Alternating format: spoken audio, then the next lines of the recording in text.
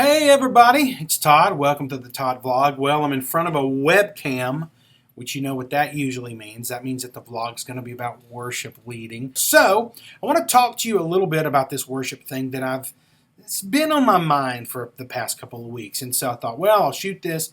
We'll throw it up on Twitter and on Facebook and over at the blog, BethelSongs.com. The thing that's been just sort of bothering me, and I've just kind of been seeing it firsthand, it's real strange. Sometimes you have that where it just seems like this thing just kind of keeps coming up in different conversations. I want to talk to you, worship leaders, about genre fatigue. I mean, when you stay in a genre so long that it begins to numb your musical sensibility. So what can happen, and what does happen to a lot of us, is we lose the ability to understand musical nuance. It happens when I release a song. It happens when I lead a song here at Bethel. When I talk about songs that we do. When someone actually hears me lead a song with my team. I have a lot of worship leaders who will say to me, oh man, I just love that kind of like folk country vibe you did on that song.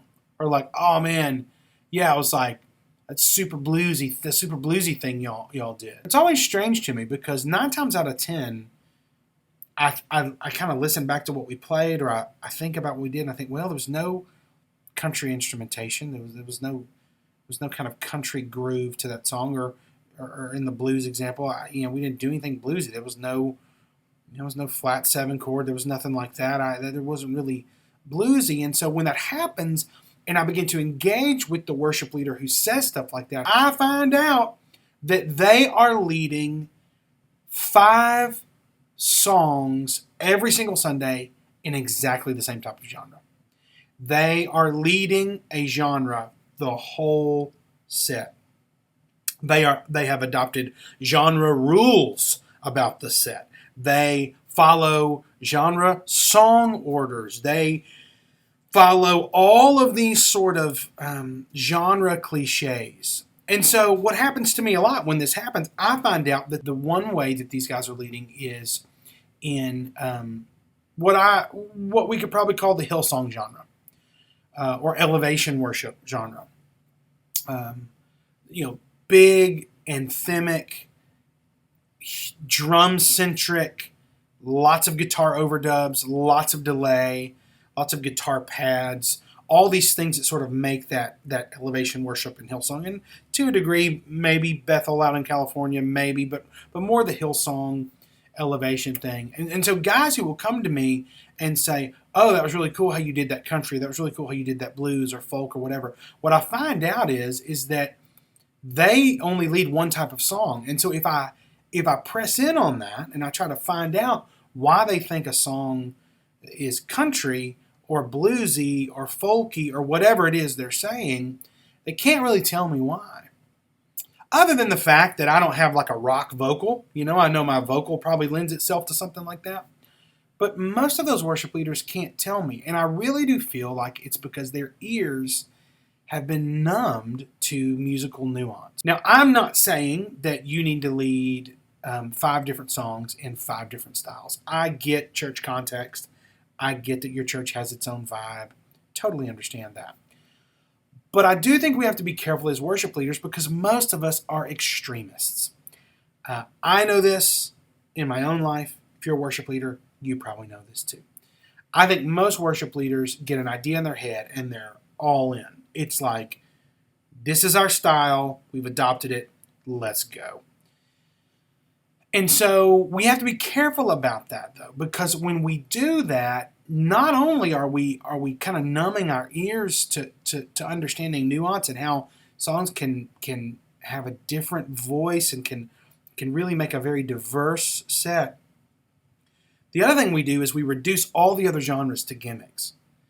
A perfect example of this, and I think it's fading away now, but you'd go to a big church, like a big modern church, big band of guitars and synth and all that stuff, and you'd hear them play these 3 or 4 super big anthems, big epic rock songs or whatever. And then during the Mumford explosion, a lot of these churches would have a portion of their set where they would pull out the acoustic guitars and the banjos and the mandolins, and then they would play a song. And if you've ever been in that setting where it's arena, epic, anthem, all that stuff, and then there's this other little Mumford and Son thing, or Ren Collective, if I can kind of throw them out there too. But to me, it always felt like a gimmick. I mean, sort of look around, everybody's like, "Oh, we got a banjo now," And the banjo's a great instrument. The mandolin's a great instrument. It's not a gimmick. It's an instrument that can work in those are instruments that can work in a lot of different things. But when you are so committed to a genre, you rob yourself of the ability to use these instruments and these stylistic things, other than just sort of a funny thing. Look how funny we are. We use the banjo, sort of deal. Or look how fun we are. We've used the banjo, sort of deal. We have to try to create sets that are diverse, still faithful to who we're leading, but I think we've got to protect ourselves from genre fatigue. And what's more, we're not doing our musicians any favors either. I mean, this is just my personal belief, but if you have been doing genre stuff for a really long time, your musicians are bored because they've just figured out, oh, I can just do a delay part here, and the keys can do that, and the drum will do that, and let's just do it. And I don't know that we challenge our musicians when we just decide we're going to learn a genre and be the genre. As worship leaders, let's be nuanced. Let's be diverse. Let's have an open mind. Let's look for ways to lead lots of different types of songs. Because I guarantee you've got people in your congregation who would really be blessed by more diversity. We don't want to pander. I understand that. But just look at your set list. Look at your style. Are you stuck? Are you stuck in a genre? We all do. We all get stuck in a genre. So anyway, hey, I'd love to know your thoughts about this. Some of you out there do that. You lead a consistent style every week, and I'd love to know if you feel like that fatigue is a reality. Does it happen? Or if you got any other questions about worship leading, I'd love to chat about that. You can tweet me at Todd Wright Band. You can find me on Facebook, facebook.com/Brandon Todd Wright. Or you can email me, todd@bethelbible.com.